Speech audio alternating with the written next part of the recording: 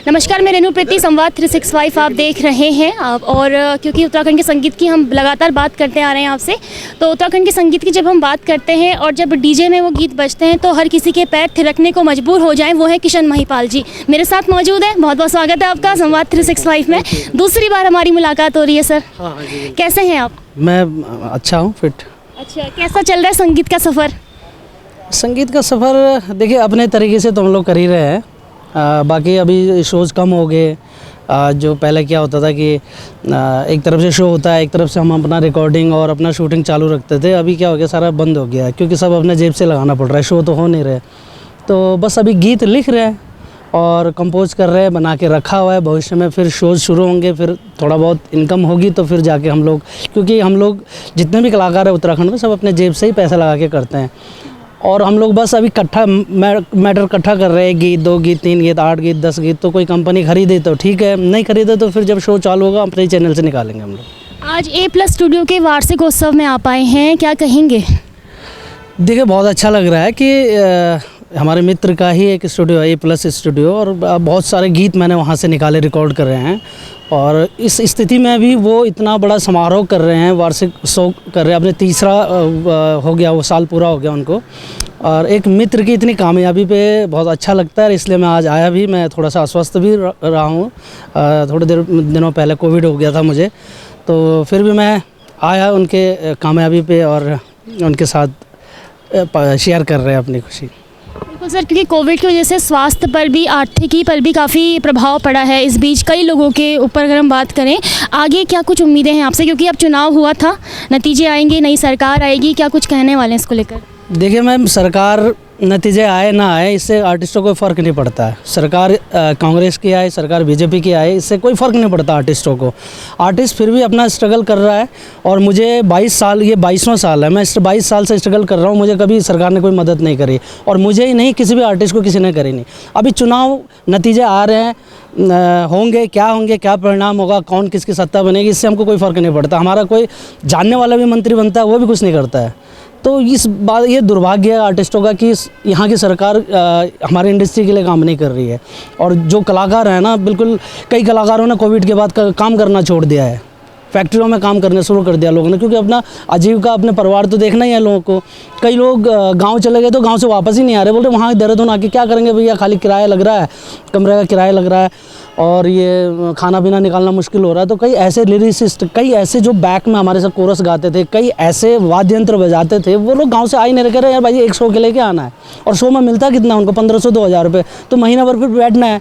तो कई आर्टिस्टों ने काम करना छोड़ दिया। अब देखो आगे अगर काम होता है और कंटिन्यूटी ऐसी ही आती है पहले की तरह, तो फिर शायद वो कलाकार वापस आए। और यहाँ पे गवर्नमेंट कोई सपोर्ट नहीं करे तो क्या करेंगे कलाकार फिर? बिल्कुल सर, एक कलाकार बहुत मेहनत करता है, अपने उत्तराखंड राज्य को गीत देता है और उत्तराखंड की संस्कृति को विश्व में पहचान भी देता है। यानी कि कलाकार है तब उत्तराखंड की संस्कृति भी है, हम कह सकते हैं। लेकिन जिस तरीके से आप कह रहे हैं कि सरकार नहीं काम कर रही है, आप क्या मांग करते हैं कि कलाकार को इस तरीके की अगर सरकार ध्यान दे तो शायद कुछ अच्छा हो उनके लिए? देखिए, सरकार जितना भी कर रही है उत्तराखंड के लिए ठीक है, कोई विकास कर रहा है, कोई रोड पे ध्यान दे रहा है, कहीं जो है मिनिस्टर्स बिजली पानी पे ध्यान दे रहे हैं, कई शिक्षा पे ध्यान दे रहे हैं। लेकिन मैं तो ये कहता हूँ कि कलाकार ना राज्य की संपत्ति होती है, देश की संपत्ति होती है। जो जितने कलाकार हैं, ये एक संपत्ति है, और इस संपत्ति को संरक्षण संवर्धन के लिए गवर्नमेंट को आगे आना चाहिए। आज हम हैं, ठीक है, हमने 22 साल जैसे तैसे कर लिया, हमने स्ट्रगल किया, जब भी किया, आज थोड़ा सा नाम भी हुआ है तो लोग पहचान भी रहे हैं। लेकिन जो हमारी पीढ़ी है, जो पीछे की पीढ़ी है, देखो जॉब तो कहीं है नहीं।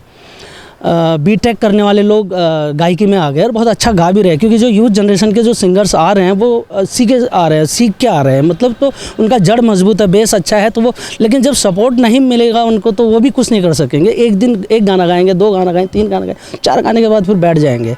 तो मुझे लगता है, आपने मेरी ये सोच है कि गवर्नमेंट को जो है अपने कलाकारों पे, अपने संस्कृति पे काम करना चाहिए, इनको सपोर्ट करना चाहिए, तभी हमारी लोक भाषा, साहित्य, ये सब जिंदा रहेंगे। और इनको आगे बढ़ाने वाले कलाकार ही हैं।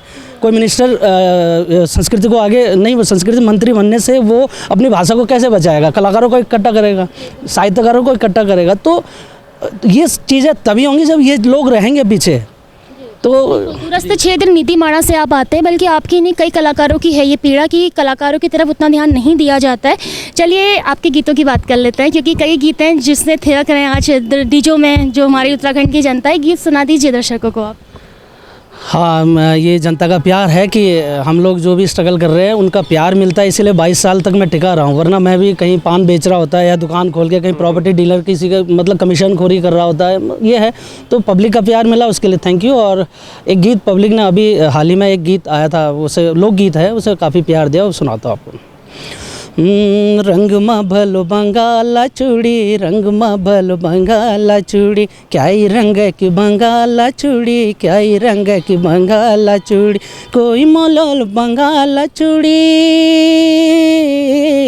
कोई मोलोल बंगाला चूड़ी, कोई मोलोल बंगाला चूड़ी, बाबा मोलोल बंगाला चूड़ी, माजी पैरेली बंगाला चूड़ी, बाबा मोलोल बंगाला चूड़ी, माजी पैरेली बंगाला चूड़ी, रंग मा भलो बंगाला चूड़ी, रंग मा भलो बंगाला चूड़ी। Thank you. रंग बिरंगी चूड़ियों की खनखन की तरह ही आपका गीत भी खनखनाते हुए लोगों के दिलों को छू गया है। बहुत बहुत धन्यवाद हमसे बातचीत करने के लिए। तो ये हैं किशन महिपाल, जिनसे हमने बातचीत की।